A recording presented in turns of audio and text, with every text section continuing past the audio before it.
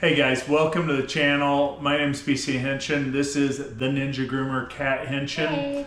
This is our first real YouTube video where it's just a vlog. I want to introduce you to the channel, introduce you to us. I'm going to talk about who Cat Henshin is, and then Cat Henshin can tell you who I am, and we'll go from there. So, Cat Henshin is the Ninja Groomer. She is my lovely bride, of course, first and foremost. And she is called the Ninja Groomer because she does obstacle competition ninja style races and has appeared 2 different times on national TV on the TV show called American Ninja Warrior. So everything with Kathy starts because she was a competitor. I mean, she was born a competitor. I'm sure she was racing to get out to be able to race up her mom's side. I mean, there's a competition. I was hungry. She has a competition gene in her. So at the age of 4, she started gymnastics, which really set her up with a foundation of having a rigid schedule, having 0 tolerance for mistakes, and all this weird stuff that happens in the competitive world that I know nothing about. After being together, we knew we wanted to get into an animal-related industry. She was actually working in a corporate job. I was working also, at that time, I was probably in law enforcement. I have a very varied past, but we won't talk about that. She was in the corporate world, and we decided we wanted to be entrepreneurs. That was in my blood. I had my first business cards before I even moved out. Once again, I'm talking more about myself than her. But once we decided, we knew we loved animals, and that's the path we wanted to take. So I went the dog training route, and she went the grooming route. She actually went to a grooming academy and got accredited through them. And since that time, which was almost 20 years ago when she graduated, she opened her own salon, ended up going from just her by herself to having 3 other groomers next to her and 2 bathers, plus a support staff of front counter people to check clients in and out. That was our business called Platinum Polish. We sold that roughly 2 years ago because Kathy, again, that competitor gene in her, she wants to produce really quality work, and she wants to interact with the customer. And when you're running a bigger salon, there's nothing wrong with that, but you kind of lose that personal touch, and you also have to be more of a machine. You're still doing quality work, but you gotta get that dog off that table, get that next dog on that table. And that's not where she wanted to go as she started looking at the next phase of life. So we started the Ninja Groomer, which we're sitting in, which is a container build, meaning we took 2 shipping containers, welded those suckers together, and built this. And when I say we, her and I did all the work. I have a background in construction, so again, we won't talk about that. But in addition to Kathy being the Ninja Groomer, and I'm also going to put on this YouTube channel her application to appear on the Ninja Warrior show, so you'll be able to see a little bit more about her. So look for that coming to the channel soon. She has also competed nationally. I mean, she's competed in Las Vegas, Nevada. She's competed in California. She's competed in Minnesota. I was talking about dog grooming. Oh, dog grooming. Yeah, we're talking about dog grooming. But she has competed in ninja all over the world too. But she has competed in dog grooming. And yes, it is a whole competition circuit. It's everywhere. There's a big competition in Ohio, a big competition in Chicago, Las Vegas, like I mentioned. They're everywhere. And what those competitions are about is they take, like Kathy has a standard poodle, and she does one of the poodle cuts, or if she's doing a creative or something, she can do something on her own. But basically, she is grooming that to the breed standards. So yeah, she's competed, she's taken medals, she's taken trophies. Her passion is transforming animals that need forever homes. So she volunteers her time and her shop to some of the local rescues or humane societies. She works with one in Zionsville, and they will bring in, let's say, last time I think it was a Yorkie, wasn't it? Yeah. That was in poor shape. Or Havanese. But they bring her a dog that typically would require grooming and obviously has not had any grooming for a very, very long time. So when this rescue is able to get them, they will reach out to Kathy. She will groom the dog at no charge and transform it, as she likes to say, she'll tell you more about it, to bring their inner beauty out. I mean, that she is really trying to make that dog more adoptable. That's the goal at that point. It's not about breed standards. It's not about anything. If she thinks a teddy bear face is going to be the best thing to make the dog look the cutest, to get the dog adopted, that's what she's going to do. That's her passion. That's one of her drives. But obviously that competitor spirit is still in her. So what are you going to learn on this channel before I turn it over to my lovely bride? We talk about everything. We talk about life in general. We talk about MS. She'll get into that. We talk about construction. One of my passions is building salons. She'll talk about that. And obviously, general pet. I mean, this is what we do. This is what's in our blood. This is what we've always done. And we tend to approach things differently than what you're going to see out there on other channels. So stay tuned. A lot more to come. All right, so I guess it's my turn to talk about my wonderful, amazing husband, which we will be celebrating 28 years of marriage this year. Can you believe that? You have such a colorful background.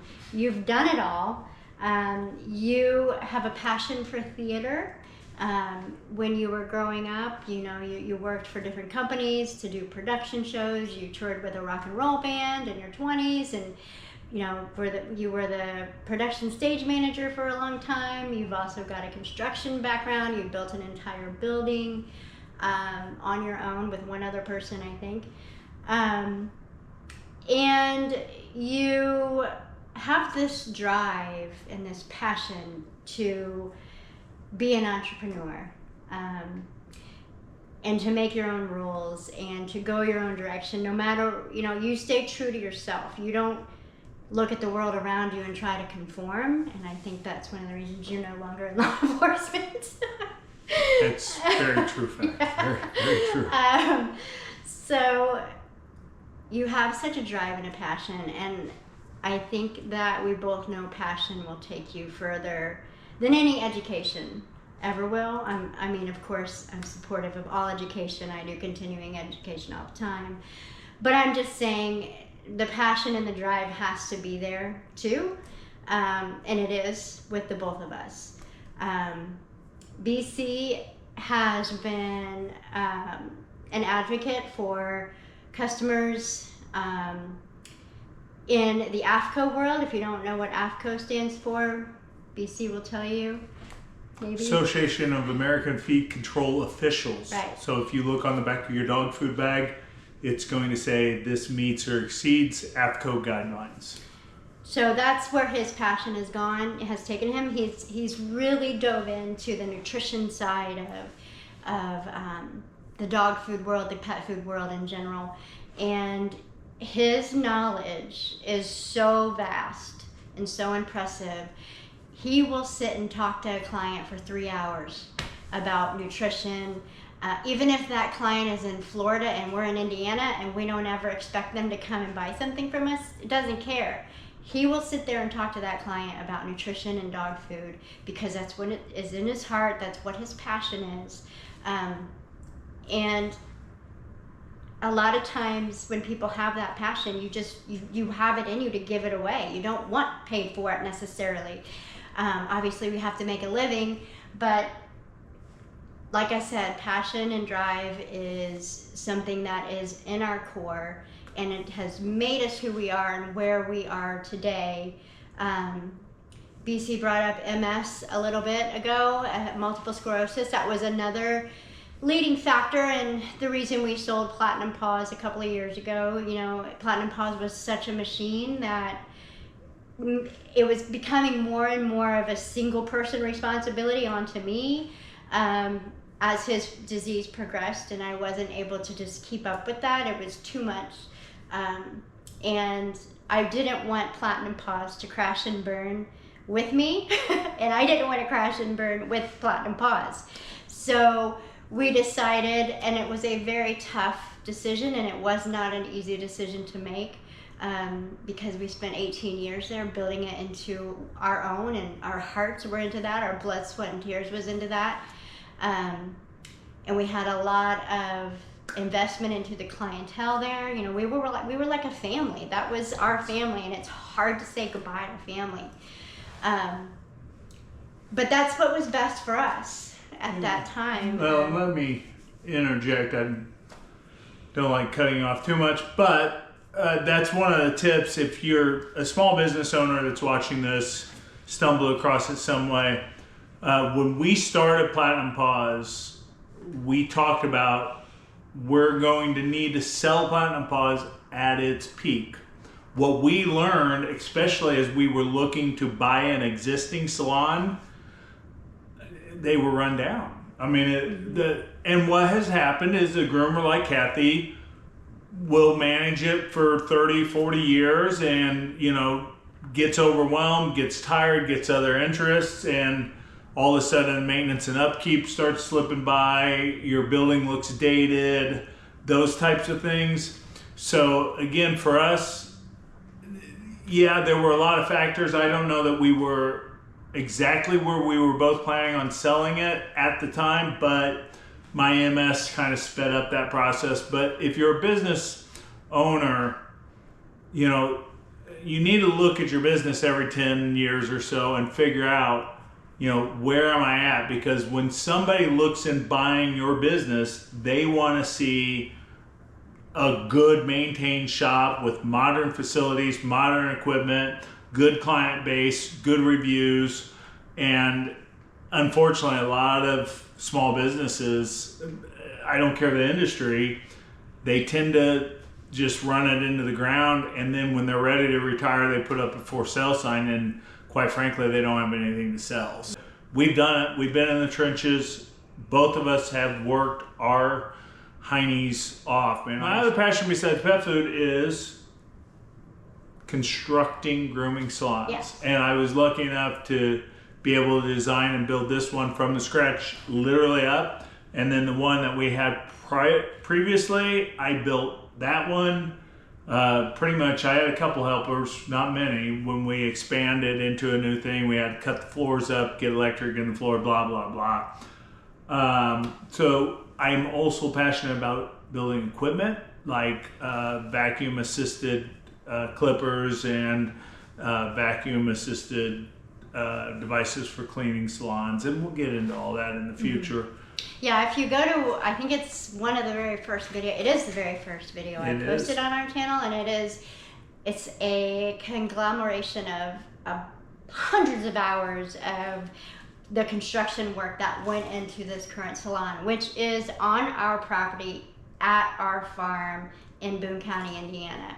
So I cannot tell you, like, I get goosebumps just sitting here thinking about everything that we put into it. It took us 2 years to build this shop. A day at a time, and there were moments where we were both ready to be done with it, and we both threatened to burn the place down at one point because we were so frustrated, and we were scared a lot. You know, what's going to happen if we don't do this? And we have these deadlines now that we have to meet, and we have so much money that we're putting into this, and we're not making any money yet. So there's a lot of fear there, and we'll probably talk along that line, you know, along those lines too. Our plan is to just kind of have a back and forth while I'm working on a dog. And also, leave some questions in the comments. If you guys have questions for us, absolutely, we would love to answer anything you have, if we can, obviously. Both of us have a passion in sharing our knowledge. So keep grooming, y'all, and subscribe, comment, do all the things. We are here to share what we have in our hearts. That's a good way to put it.